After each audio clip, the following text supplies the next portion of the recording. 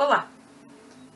Nesta última aula, nós gostaríamos de conversar a respeito de algumas ideias centrais do capítulo 5º do livro Introdução ao Estudo do Direito, de autoria do Tércio Sampaio Ferraz Júnior, que foi objeto do nosso estudo. Nós não chegamos a estudar esse capítulo tendo em vista a temática da interpretação, porque é um capítulo que demanda um tempo maior de análise. Nós costumávamos abordar esse ponto do livro no curso de Lógica e Metodologia Jurídica, que passou a ser uma matéria optativa no currículo de vocês. Mas é preciso, nessa última aula, a meu ver, fazer algumas considerações que estimulem os alunos mais interessados a, eventualmente, conferirem as reflexões do Tércio no livro.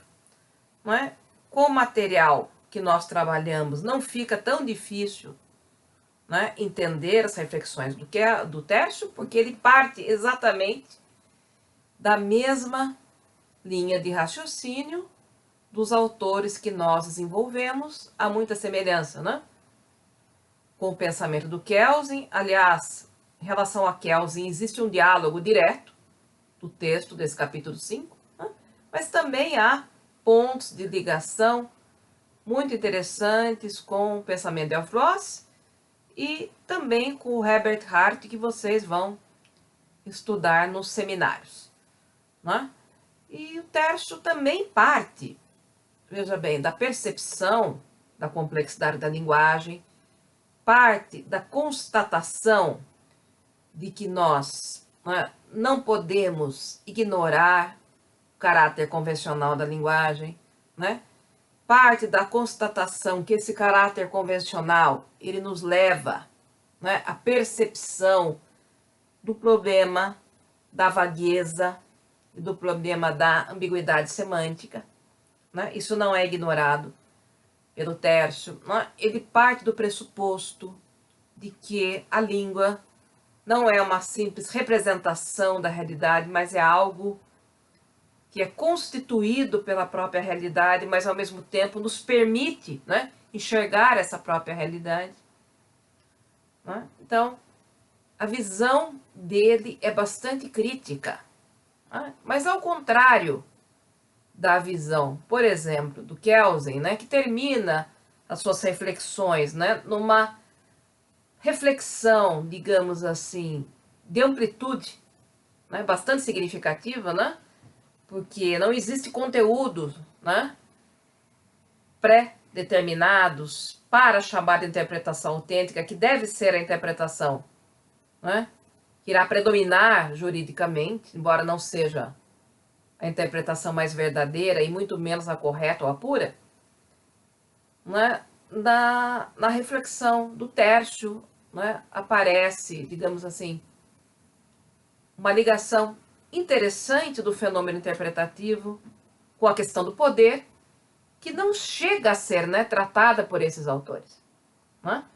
Porque Kelsen vai dizer, a interpretação autêntica é fruto de um ato de vontade, é fruto de uma escolha. Esse elemento de escolha, esse elemento volitivo também é reconhecido por Alf Ross, e também vai ser reconhecido por Herbert Hart. Mas, de alguma maneira, esses autores não se preocupam, talvez, em mostrar como é que se justifica, eventualmente, essa escolha. E o pensamento do Tércio, ao relacionar a interpretação com o fenômeno do poder, a meu ver, dá um passo além.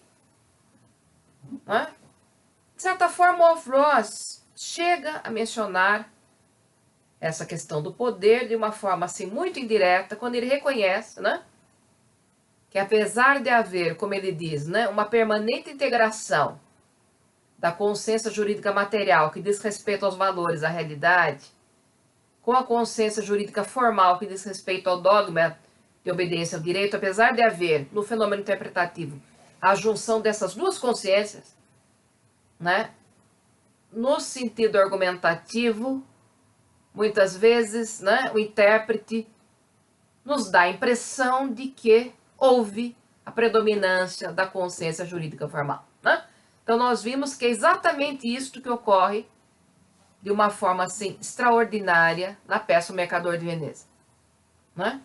Somente nós, os espectadores da peça, entendemos, né, toda a construção linguística promovida por Pórcia, né, travestida de Baltazar. Só nós conhecemos o que a gente pode chamar do teatro de Pórcia, né, que constrói argumentos, né, linguísticos extremamente inteligentes, né, que acabam, né, por transformar, né, a figura de Shylock, que entra naquele julgamento na condição de autor e sai na condição de réu. E nós observamos que o Duque acaba, né, acolhendo, né, aqueles argumentos jurídicos interpretativos, né? Mas nós não percebemos, quer dizer, nós percebemos, né, a interferência dessa consciência jurídica material, que está ali o tempo todo presente, o conflito entre judeus e cristãos, a dominância, a figura de Pórcia como uma figura que entra na condição de uma advogada informal, né, para defender os interesses de Antônio, mas não aparece nessa condição, né? E o Tércio, de certa maneira, né, vai dizer o seguinte, né, tentando traduzir de uma forma bem simples, e entendam esse vídeo como um indicativo, né, para uma apreciação mais profunda do texto, mas tentando dar uma diretriz, né, para aqueles que desejam ter contato com o texto, né? O que Tércio pretende mostrar? Porque, de fato, né, algumas interpretações acabam sendo, do ponto de vista jurídico dogmático, vistas, né, como melhores, né? Então, como é que eu faço, na visão do Tércio, para trabalhar, para manipular as incertezas da linguagem e fazer com que essas incertezas não venham atrapalhar o raciocínio dogmático jurídico que deverá aparecer, né, deverá prevalecer no fenômeno decisório, né? É aí que ele vai retomar uma noção já trabalhada por nós, né, que é a noção de poder como violência simbólica, ou seja, poder não é coação, não é violência física, mas nesse sentido interpretativo, é controle do significado, né? É fazer com que certos significados prevaleçam, tendo como ponto de partida a possibilidade de que existam outros, não é? E esta violência simbólica, ela vai dissimular exatamente o quê? O problema da vagueza, o problema da ambiguidade, que é inerente à própria linguagem, vai, de alguma forma, neutralizar o fato de que as pessoas têm pontos de vista diferentes, até porque, né, elas têm dentro de si, né, questões valorativas, psicológicas, morais, políticas, e vai controlar também a passagem do tempo, né? Então, nessa leitura, né, como é que eu observo essa violência simbólica? Como é que ela está presente no texto, né? Se eu examinar aqueles argumentos interpretativos que são mais, digamos, utilizados, né? Então, Tércio acaba associando esse exercício de violência simbólica através de uma construção persuasiva, né, que se vale eventualmente dos chamados métodos interpretativos, né, que nessa leitura do Tércio eles estão a serviço, veja bem, da afirmação desse pensamento dogmático, né? Então, a passagem do tempo, ela é controlada tendo em vista a utilização dos métodos lógicos e sistemáticos, onde há um esforço de se referendar a validade daquela norma que está sendo interpretada, não é? A passagem do tempo é reforçada dessa maneira. A divergência de pontos de vista é neutralizada a partir da utilização de métodos históricos e métodos teleológicos. Não é? E o fato de que as próprias palavras, né, elas têm um sentido semântico incerto, né, é controlada pelos métodos axiológicos. Né? Então, nós temos o efeito retórico, o efeito persuasivo, né, de identificar uma norma como sendo válida, né, e aparece a ideia de poder como autoridade. Uma norma, né, como sendo eficaz, aparece a ideia de poder como liderança. E uma norma como sendo justa. Né? Aí eu manipulo as incertezas semânticas. Né? Se eu conseguir articular essas três formas de poder, vai dizer o Tércio, né, eu consigo, de alguma forma, né, neutralizar, digamos assim, as incertezas e criar um efeito de que aquela, entre aspas, deve ser aceita como a interpretação verdadeira ou correta. Né? Então ele dá um passo além dos outros autores na medida em que, né, se eu fizer uma leitura agora dos argumentos jurídicos, né, que são utilizados, né, nos trabalhos práticos, eventualmente eu vou identificar, digamos assim, esses elementos de violência simbólica. Né? Porque num argumento interpretativo, né, predominantemente dogmático, eu não posso exatamente levantar, eu não posso pressupor o fenômeno da incerteza, né? Eu tenho que controlar o fenômeno da incerteza, dirigindo aquele raciocínio para aquele interesse ou aquele ponto de vista que eu pretendo defender. Né? Então vale a pena, né, estudar o capítulo 5, né? A partir de um exame desses métodos, nós inclusive conseguimos perceber, né, que certas decisões, que certos raciocínios têm um alcance persuasivo maior do que outros. Né?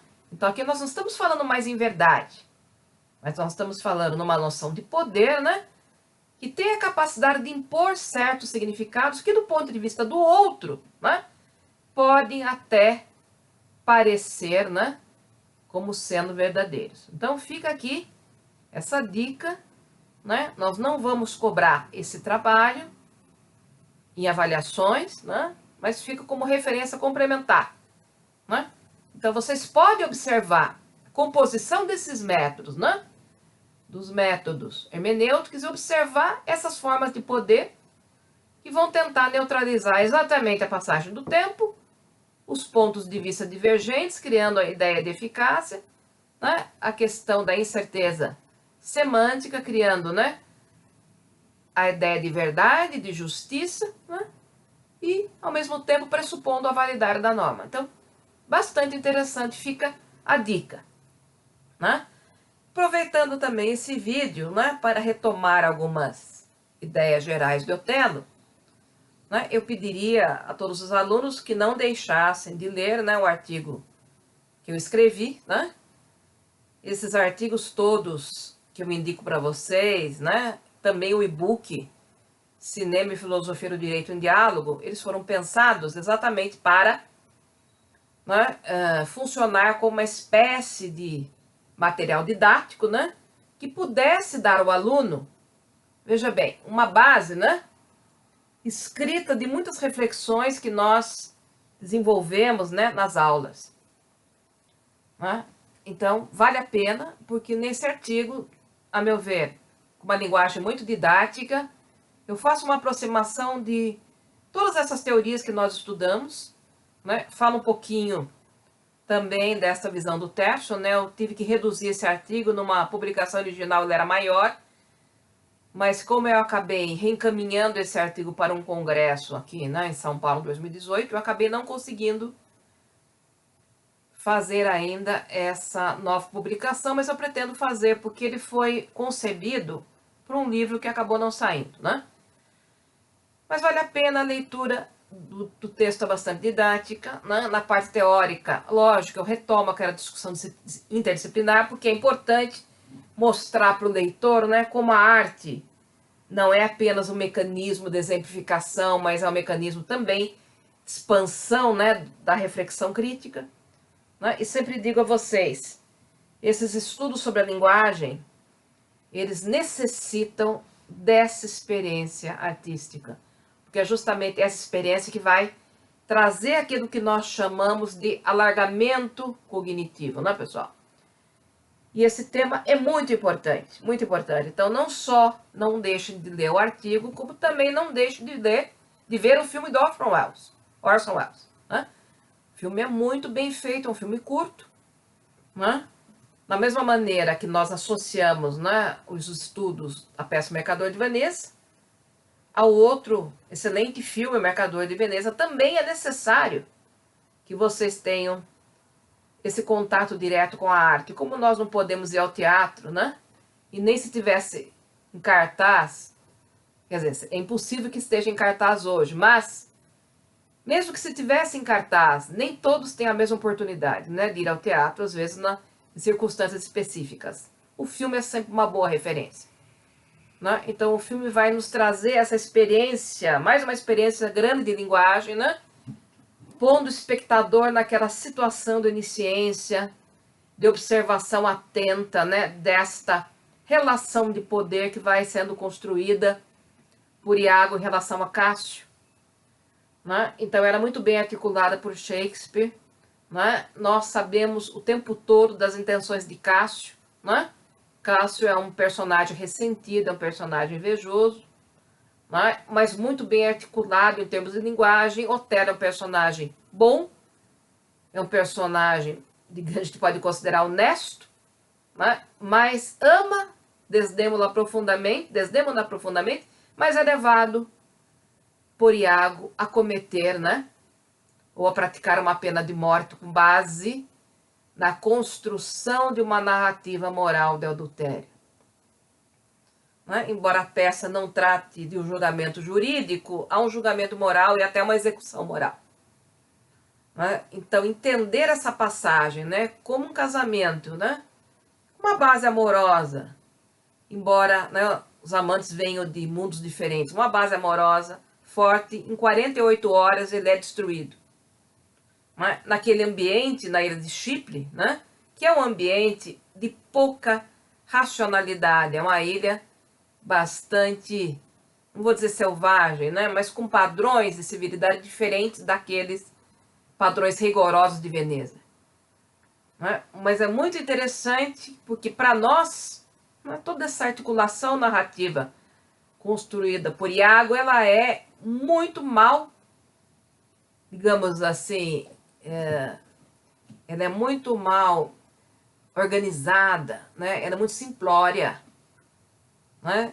Então, nós percebemos, né, como questões morais, até questões psicológicas, é claro, mas principalmente questões morais, vão fragilizar, né, o personagem Otelo, um personagem com sentido moral muito rígido, né, que é próprio da região da onde ele vem, do norte da África.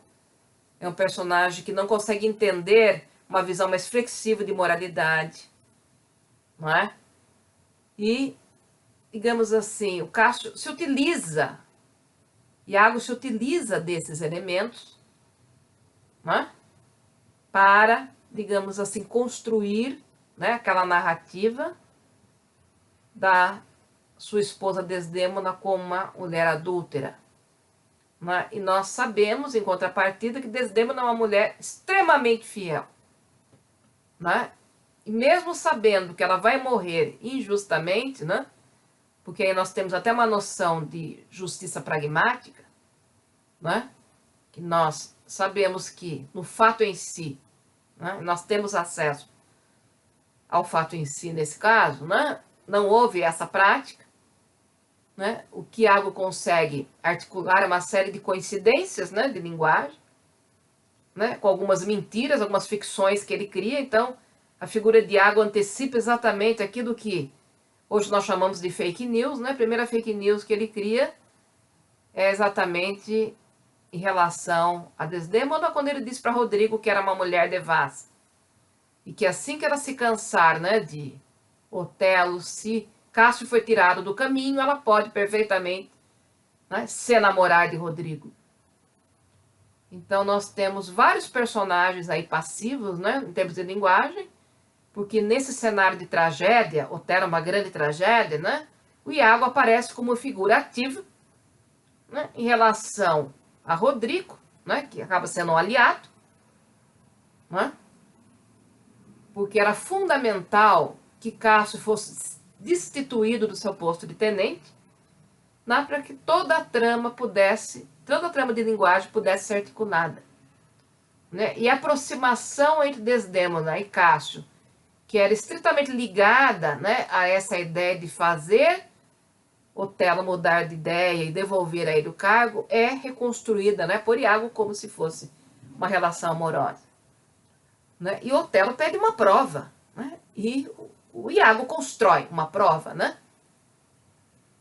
Que nós sabemos que não corresponde ao fato em si. Né? O fato em si é que houve um furto, né? O lenço é furtado, é um lenço que tem um valor emocional muito significativo, foi o presente de Otelo, né? E a esposa de Iago, Emília, que presta serviços, né? A Desdémona furta o lenço, né? E o lenço vai parar nas mãos de Cássio, né? E a situação é manipulada, né, por Iago para que Otelo até testemunhe um diálogo, né?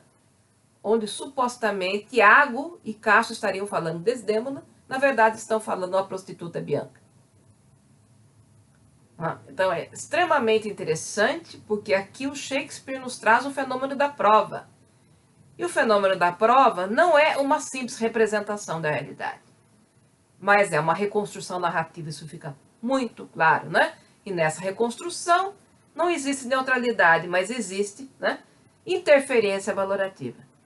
Né? Então é uma peça muito, muito importante, né, pessoal? Porque o Shakespeare vai sempre trabalhar com estas complexidades, que eu até disse em aula, que apontam não só um relativismo moral, né? Eu diria até mais que um relativismo, porque apontam exatamente uma visão pós-moderna da moralidade, né? Porque é difícil nós chegarmos ao fim dessa peça e nos perguntarmos quem é Otelo. É o vilão? Né? É um ser desprezível? Né? Tudo que ele faz em relação a Desdémona tem a ver também, obviamente, com a situação da mulher na época. A gente tem que fazer esse destaque. Mas vocês sabem, a violência praticada em relação à mulher, muitas vezes sem qualquer justificativa moral, não que a violência de Otelo se justifique, mas a violência sem qualquer justificativa está presente até hoje. A violência banal, muitas vezes banal. Em Otelo há uma justificativa moral que no final é desconstruída, né? E no final ele percebe, digamos assim, essa injustiça pragmática, né? De ter condenado, né, digamos assim, uma pessoa que nós sabemos, né, no plano dos fatos, ser inocente.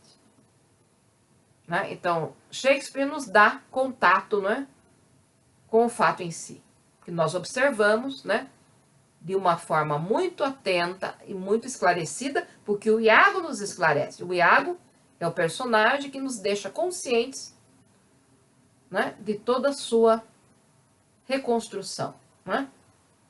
E no final, como nós vimos, né, quando finalmente Otelo se dá conta, né, de sua manipulação, se dá conta, para usar a terminologia do Terço, do exercício da violência simbólica construído, né, por Iago, porque Iago dissimula o seu ressentimento, a sua inveja, né, o seu desejo de destruir Cássio, né, dissimula tudo isso. Né, e Otelo tem a certeza de que ele é um homem honesto. Está aí os efeitos da violência simbólica. E antes de executar, né, Desdémona tem a certeza que era uma mulher adúltera. Né? Está aí a violência simbólica. Né? É Emília. E mais uma vez o papel feminino é destacado, né? É bem destacado para o Shakespeare.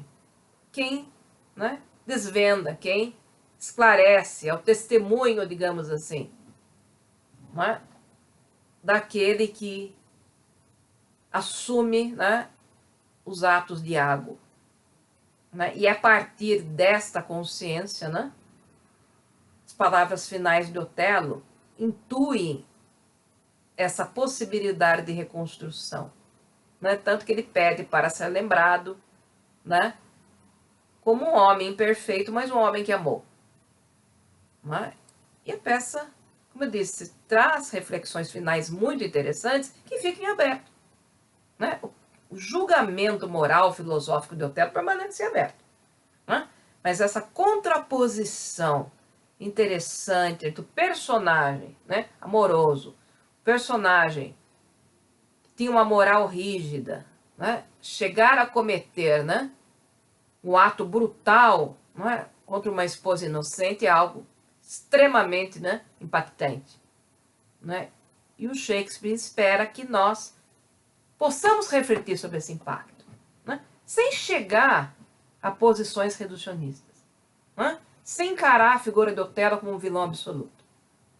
Né? Mas encarar a figura de Otelo como um elemento, né, que apesar da força, né, pessoal, da força física, ele era extremamente frágil, né, em termos morais. Porque toda essa força moral, né, ela era inadequada para lidar com o fenômeno do poder. Né? Existe um outro personagem muito parecido com Otelo, né? Não nas mesmas circunstâncias, mas em termos políticos, né? Que é o personagem de Brutus da peça Júlio César, que eu também recomendo que vocês, se puderem, né, tenham contato. Há grandes filmes tradicionais que vocês podem assistir, né, nesse eventual momento de ausência de contato imediato com as peças. Né? Mas é um personagem muito interessante, porque ele também é um ingênuo, ele não consegue, né, perceber as articulações de discurso de poder.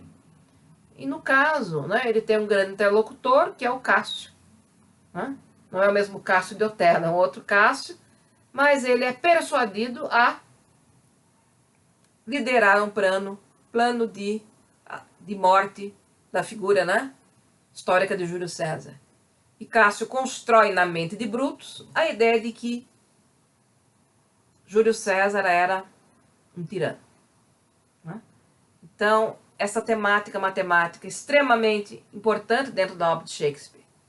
Né? Mas em Otelo, a meu ver, ela consegue resgatar vários pontos que nós discutimos no curso, né? E ao mesmo tempo ampliar para essa discussão da violência em relação à mulher, né? E ampliar essa discussão sobre essa complexidade moral dos personagens, como às vezes, né, um ato praticado com uma intenção moral muito forte pode gerar uma imoralidade, que é uma ideia pós-moderna. A meu ver, a peça Otelo, ela chega a essa afirmação, né? Porque Otelo não pratica esse ato, né, de morte por egoísmo, ele pratica por ciúme, né? Porque o lado irracional o domina, mas ele também parte de um senso de justiça. E nós observamos como esse senso de justiça tem por base uma narrativa estreita, uma narrativa falsa, digamos assim, né? Naquele contexto de linguagem, acaba se tornando ao mesmo tempo um ato, né, de extrema injustiça. Então, a meu ver, é isto que o Shakespeare propõe que a gente possa refletir. Né? Então, uma peça extraordinária que vale a pena ser conhecida. Né? E observe como no mundo de hoje, né, só para fazer essa breve referência, existem muitos Otelos, existem muitos Brutus, né? E nós temos todo um ambiente aí de construção de narrativas, um ambiente midiático, né, que não é percebido, não é, pela maior parte das pessoas. Né? Vocês ouviram falar desse documentário chamado Dilema das Redes. Né? Não considero um documentário assim brilhante, uma obra-prima, até porque a sua linguagem, a meu ver, é muito vinculada a uma certa linguagem tradicional dos documentários americanos, né? Ela é muito infantilizada. Né? Eles não precisavam ser tão literais, né? Eu considero o documentário Abraço Corporativo muito mais bem desenvolvido, mais adulto, né? Aqueles exemplos que eles dão, colocando pessoas como se fosse a inteligência artificial conversando, ou aquela cena familiar, do meu ponto de vista estético, eu acho plenamente descartável. Mas apesar disso, acho que o documentário traz algumas informações, a gente já sabia disso, né? Eu já sabia. Mas traz algumas informações que para o cidadão menos atento pode ser importante, né? Porque essas redes de computadores, nós usamos as redes hoje. Eu não acho que a saída é sair das redes. A saída é talvez é ter consciência de como elas funcionam, né? Mas nós sabemos que há mecanismos, né, de construção de narrativas ou de incentivo para que nós, né, possamos aderir a certas narrativas. Sim, a inteligência artificial hoje consegue identificar nossos valores, nossas posições por aquilo que nós comunicamos. E em cima desse material, tudo bem, elas conseguem nos trazer, ou talvez nos incentivar a ficar conectados, porque essa é a lógica do capitalismo, né?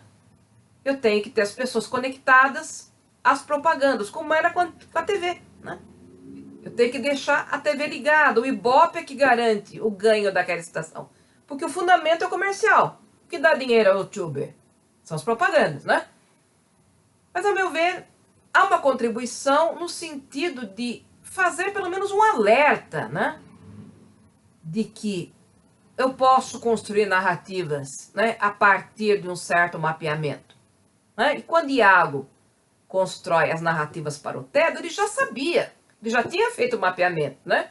Que era uma pessoa com uma moral muito rígida, uma pessoa ciumenta e com ímpetos violentos porque era militar, não é? Então existe, obviamente, uma checagem, existe um estudo, não é? Que pode ser intuitivo, como no caso de Iago, ou pode ser estudo profissional que está presente nas redes. Com relação a isso, eu acho que o documentário ele traz informações importantes, né? Eu tenho um colega, que eu não vou citar nomes, que até saiu do Instagram depois que assistiu o documentário.